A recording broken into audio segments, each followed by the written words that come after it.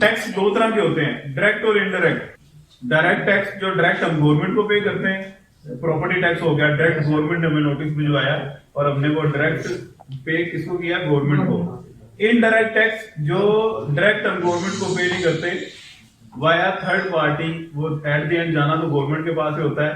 For example GST, general sale tax. GST क्या है, आप किसी दुकान से कोई चीज खरीदने जाते हैं, मिसाल के तौर पे कपाल दानेदार टी आप ले लें, उसके ऊपर जीएसटी है 20 रुपए और रिटेल प्राइस है 140 रुपए। तो आप दुकानदार को 140 रुपए पे करके आते हैं, जिसमें आपने 20 रुपए टैक्स जीएसटी की मद में दे दिया, तो वो आपका इनडायरेक्ट टैक्स है, क्योंकि डायरेक्ट आप गवर्नमेंट को नहीं दे रहे, वो दुकानदार हो सकता है कि बाय थर्ड हैंड गवर्नमेंट को पे कर दे।